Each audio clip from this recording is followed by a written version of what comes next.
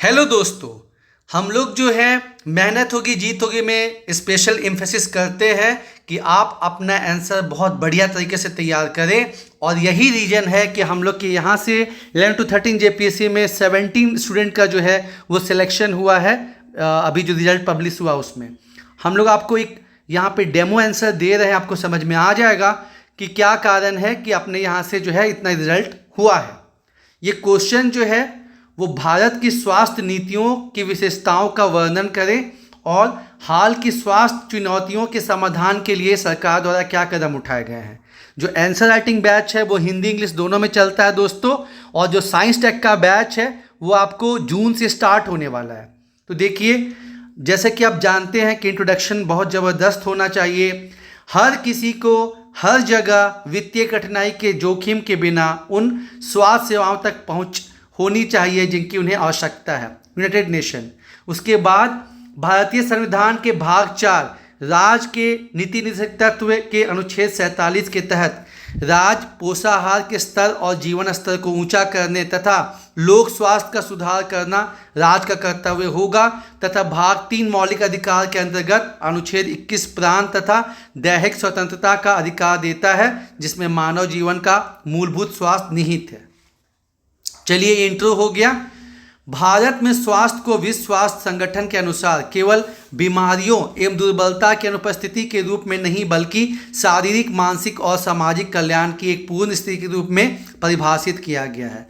तो जैसा कि आप जानते हैं कि ये क्या होगा, उसके बाद क्यों, उद्देश्य क्या क्या है।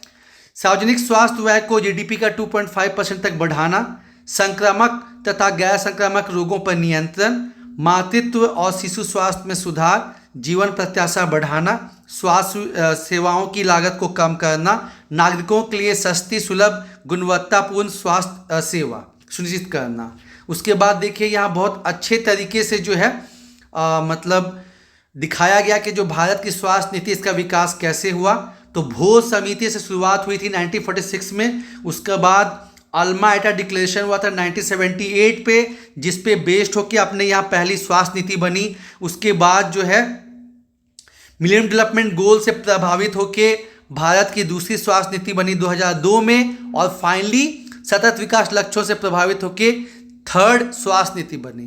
क्वेश्चन क्या पूछा गया है देख लीजिए एक बार फिर से, कि भारत की स्वास्थ्य नीतियों की विशेषताओं का वर्णन करें। ठीक है, तो स्टार्टिंग में क्या क्यों जरूरी है, फिर कैसे कैसे डेवलपमेंट हुआ उसको बताया गया है। उसके बाद थोड़ा इसको डील किया गया है कि भोज समिति 1946, भारत सरकार ने 1943 में इस समिति की स्थापना की थी, जो भारत में स्वास्थ्य की स्थिति और संगठनों का सर्वेक्षण करने और सिफारिश करने के लिए थी। फिर अल्मा एटा घोषणा जो है, अल्मा एटा घोषणा के प्राथमिक स्वास्थ्य देखभाल पर अंतर्राष्ट्रीय सम्मेलन में अपनाया गया था। WHO के सदस्य देशों द्वारा सभी के लिए स्वास्थ्य के लिए लक्ष्य को प्राप्त करना था। पहली स्वास्थ्य नीति 93 में बनी थी, जिसमें जो है 2000 तक जो है सभी के लिए प्राथमिक स्वास्थ्य तक पहुंच सुनिश्चित करना था। फिर MDG गोल 2000 में आया था, उसके बेसिस पे 2002 में सेकेंड स्वास्थ्य नीति बनी। फिर आपको जो है थर्ड स्वास्थ्य नीति को जो है ज़्यादा हम एक्सप्लेन करेंगे, क्योंकि जो करेंट का चीज़ उसको ज़्यादा बताते हैं। तो इसमें जीवन प्रत्याशा को 2025 तक 67.5% वर्ष तक करना, राष्ट्रीय और प्रादेशिक स्तर पर कुल प्रजनन दर को 2025 तक 2.1 तक घटाना, 2025 तक 5 वर्ष से कम आयु के बच्चों की मृत्यु को 23 तक रोकना।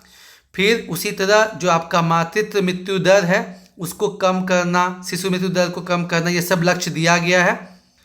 हालांकि इतना 13 लक्ष्यों का जरूरत नहीं, आप 7-8 भी लेके काम चला सकते हैं। इसके अलावा जो स्वास्थ्य संबंधी योजनाएं हैं, चाहे वो नेशनल स्वास्थ्य मिशन हो, प्रधानमंत्री आयुष्मान भारत योजना हो, राष्ट्रीय कोविड टीकाकरण अभियान हो, मिशन इंद्रधनुष हो, पोषण अभियान हो, इंद्रधनुष अभियान हो। ठीक है, देखिए, और आंसर जो प्रिपेयर करते हैं थोड़ा लंबा ही प्रिपेयर करते हैं, क्योंकि जब आप एग्जामिनेशन में लिखेंगे तो पूरा का पूरा तो याद रहेगा नहीं, 70-75%। तो जो आप स्टार्टिंग में आंसर या नोट्स तैयार करते हैं तो वो थोड़ा ज़्यादा लंबा होता है।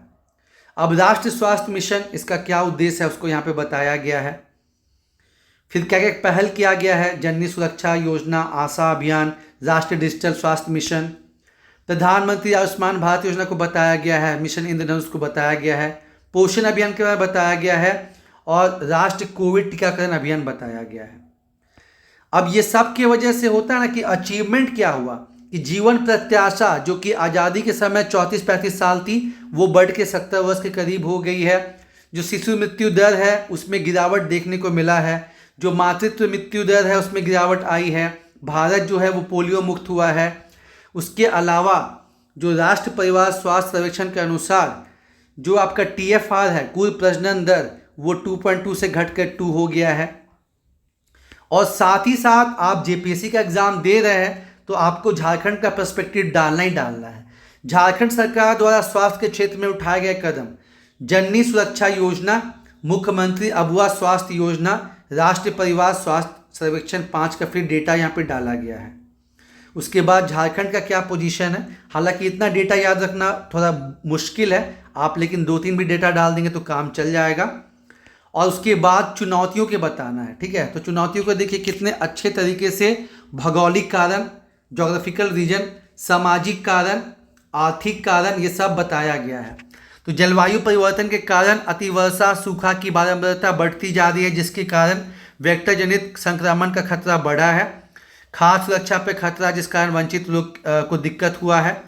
उसके बाद सामाजिक कारण गरीबी, नक्सलवाद, भेदभाव, सुरक्षित और स्वास्थ्य आवास, मानसिक स्वास्थ्य का खतरा। आर्थिक कारण मतलब स्वास्थ्य पर GDP का 2.5% से कम खर्च करना, ये सब चीज़ें हो गई। और फिर वे फॉरवर्ड तो केंद्र राज्य संबंधों में सुधार, शोध व विकास पर ध्यान देना होगा, स्वास्थ्य के क्षेत्र में सार्वजनिक ऋण को बढ़ावा देना होगा, ग्रामीण स्तर पर अशिक्षित महिलाओं को जागरूक करना होगा, निजी क्षेत्र की भागीदारी, बुनियादी ढांचे में सुधार और वन हेल्थ प्रपोजल। निष्कर्ष, किसी भी देश के समग्र विकास के लिए स्वास्थ्य प्राथमिक पहल है और भारत इस लक्ष्य को प्राप्त करने के लिए प्रयासरत है।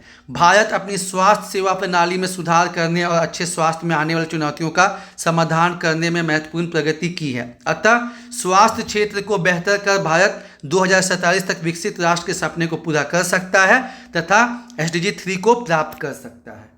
तो दोस्तों उम्मीद है आपको समझ में आया होगा कि कैसे जो है ये आंसर बढ़िया लिखा जा सकता है, कैसे हर डायमेंशन को टच किया गया है। शुरू में क्या है, क्यों है, वो चीज़ हो गया। उसके बाद भारत की स्वास्थ्य नीति उसको डिस्कस किया गया, मेनली 2017 पे ज़्यादा फोकस रखा गया। और उसके बाद क्या अचीवमेंट हुआ वो बताया गया और साथ ही साथ झारखंड का पर्सपेक्टिव डाला गया और लास्ट में जो है चुनौतियों को बताया गया और फिर आपका आगे की राह देख के कंक्लूजन डाला गया।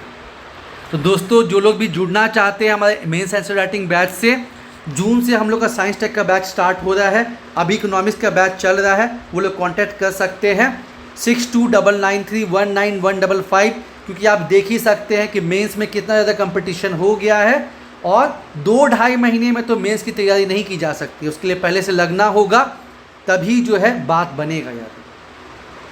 धन्यवाद।